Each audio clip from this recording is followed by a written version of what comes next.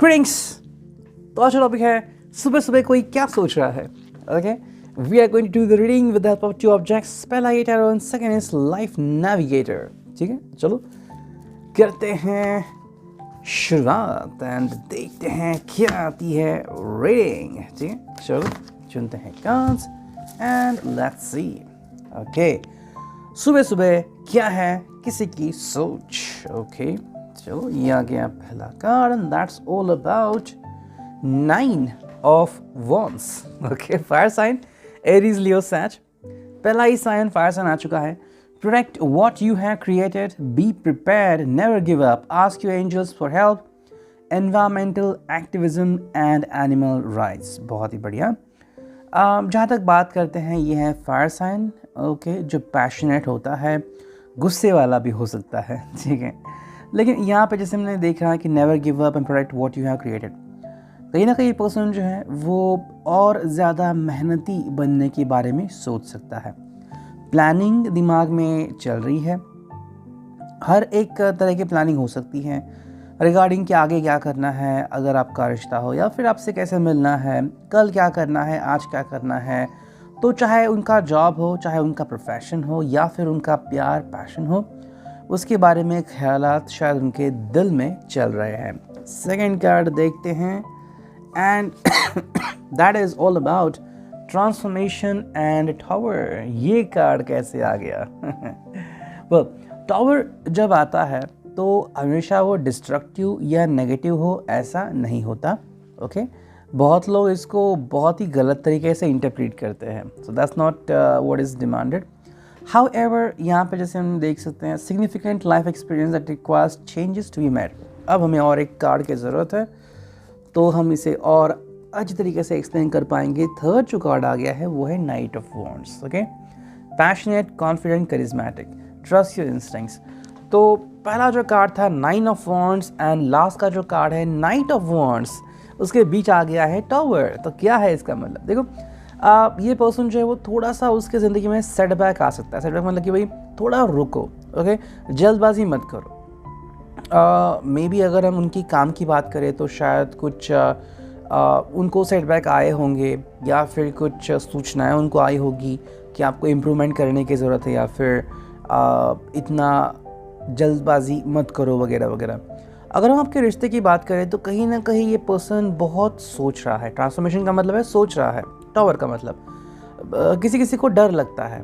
Okay, जैसे कि मान लो आप लोग अभी तक डेटिंग कर रहे हो एंड अचानक ये पर्सन अगर सीरियस हो गया, आपकी शायद एक जस्ट लाइक कैजुअल डेटिंग, यानी ये पर्सन अगर सीरियस हो कि चलो आज कहीं घूम के आते हैं, और अगर आप उसके लिए रेडी नहीं हो या फिर the person want to take a move and to kiss you and like, अगर आप उसके लिए रेडी नहीं हो तो शायद कुछ ऐसा हो सकता है। तो ये उनके दिल में आने वाली फीलिंग्स हैं, तरंगे हैं। जैसे कि हम देखते हैं कि समुद्र में लहरें आती हैं, बिल्कुल वही उसी प्रकार के थॉट्स इनके दिल में आते हैं और वो सोचते हैं कि अगर ऐसा हो जाए तो क्या होगा, इससे अच्छा मैं वो ना करूँ। तो नाइट ऑफ वॉन्ड्स जो है वो पैशन के साथ आगे बढ़ने की प्रिपरेशन है। कहीं ना कहीं इस पर्सन ने अपना मन बना लिया है। ठीक है, तो जो भी डर था इनके दिल में वो चला गया है। कुछ लोग डर लेके जीते हैं, अगर उन्होंने मना कर दिया तो, उन्होंने बात नहीं की तो ये नेगेटिव थिंकिंग जो है वो हमें पहले से अंदर से खोखला करती है। तो पहले से मतलब आपकी बैटरी गई, आधी बची, अब आधी बैटरी में आप क्या करोगे? सो ये पर्सन जो है वो पूरी बैटरी लेके आगे बढ़ चुका है। नेक्स्ट कार्ड देखते हैं क्या है and that's all about the 5 of pentacles. Taurus, Virgo, Capricorn. Negative thoughts manifesting into real challenges, fear surrounding money. ये क्यों आ गया है? लेकिन इसका मतलब बिल्कुल भी ऐसा नहीं आ रहा है, इसके अपोजिट आ रहा है। कैसे मैं बताता हूँ। देखो, 5 ऑफ पेंटिकल्स है यहाँ पे। This person need to be motivated, और अब ये होगा आपका टास्क। ठीक है, ये पर्सन आपके बारे में बहुत कुछ सोच रहा है कि आपके तरफ से उनको क्या क्या सरप्राइजेस मिल सकते हैं, या फिर अगर वो आपसे मिलने के लिए आ रहा है तो आप उनके लिए क्या प्लानिंग कर रहे हो। कहीं ना कहीं फिर आप थोड़ा बहुत डर सकते हो या फिर आपके प्लानिंग में थोड़ी बहुत कमज़ोरियाँ हो सकती है। ये उसी के बारे में है। अगर आपको लग रहा है कि आपका जो पर्सन है वो अगर आपके साथ आगे बढ़ने के लिए रेडी है तो आप क्यों रुक गए हो? बिलीव करो अपने पैर के ऊपर एंड हैव कम्युनिकेशन। चाहे फिर आप फ़ोन पे बात कर रहे हो, मिल रहे हो, ये बहुत ही ईजी हो सकता है। आप जितना इसे ईजी रखोगे उतना आप दोनों के लिए ईजी हो सकता है। नेक्स्ट जो कार्ड है वो है 7 of wands, as you can see. Stand up for yourself and your beliefs, ये बहुत इंपॉर्टेंट है। देखो, अगर आप दोनों ही एक दूसरे को जानते हो, एक दूसरे के बिलीफ सिस्टम को जानते हो, तो ये फॉलो करना काफ़ी इंपॉर्टेंट है, ठीक है। अब ये सिंपल सी बात होती है, कई सारे कमेंट्स भी आते रहते हैं कि किसी पर्सन ने ऐसा किया वैसा किया। देखो, आप इस कार्ड से बहुत कुछ सीख सकते हो, ठीक है। जैसे कि यहाँ पे आपको एक लाइन दिखाई दे रही है कि stand up for yourself and your belief. Belief का क्या होता है? देखो, हर एक की एक सीमा होती है, हर एक का एक लिमिट होता है, ठीक है। बिलीफ सिस्टम मतलब मैं ऐसे ही जीऊँगा। जैसे कि अगर आप किसी कंपनी में हो, मानो बैंक में हो, तो आपको एक ड्रेसिंग कोड होगा, ठीक है। अगर आप किसी स्पेसिफिक गराज में हो तो आपको एक ड्रेसिंग कोड होगा, है ना। तो ये आपको फॉलो करना होगा, ये आपका बिलीफ सिस्टम है, ओके। अगर आपके इस बिलीफ सिस्टम को तोड़ा जाए तो क्या होगा? तो आप वो नहीं रहोगे जो आप हो, बिल्कुल सही। तो वही बात है, मान लो आपको रिलेशनशिप में जल्दबाजी नहीं करनी है, इस पर्सन को जल्दबाजी करनी है, दोनों के बिलीफ सिस्टम क्रॉस हो गए, तो क्या आप मिल सकते हो? खुद से ही पूछो। देखो, टैरो एक गाइडेंस है, ये ऐसा नहीं कि भाई एक कार्ड आ गया मतलब this is going to happen in your life.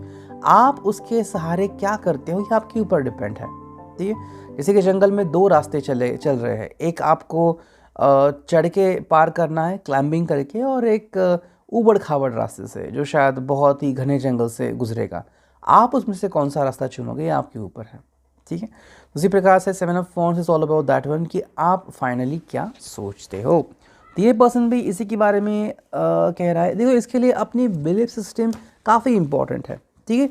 ना तो ये आपके बिलीफ सिस्टम को ठोकर देना चाहता है, ना ही खुद के बिलीफ सिस्टम को, ठीक है। और ये बात आपके लिए काफ़ी इम्पॉर्टेंट होनी चाहिए, क्योंकि उससे ही तो ज़िंदगी बनती है, ठीक है। अब देखते हैं लाइफ नेविगेटर से हमें क्या कार्ड्स मिलते हैं। पहला जो कार्ड मिल रहा है, मेडिटेट, बहुत ही खूबसूरत card.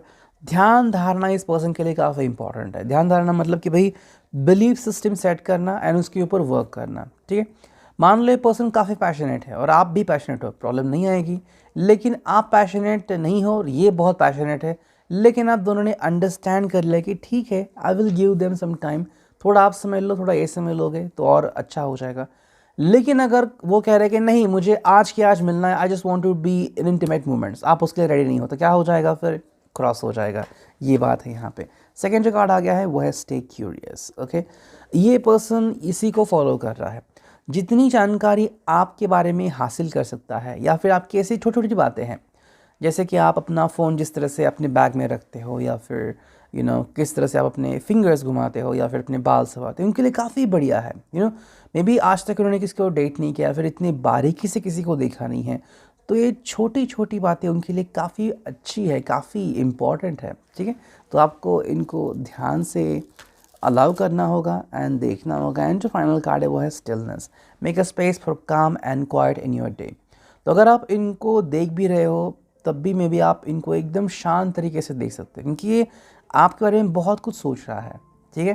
This person is thinking a lot about you, कि आप कैसे हो, आपकी एक्सपेक्टेशंस क्या है, आप कितने रोमांटिक हो, आप कितने फैसिनेटिंग हो, मतलब इतनी सारी क्वालिटीज़ आप में है।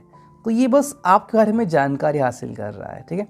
दिल चाहता है, मैं एक सीन था कि मुझे उसका एक्चुअली याद नहीं है नाम, बट प्रीति जिंटा के साथ जो मतलब उसका जो एक्टर का नाम था उस फिल्म में, वो नहीं याद आ रहा।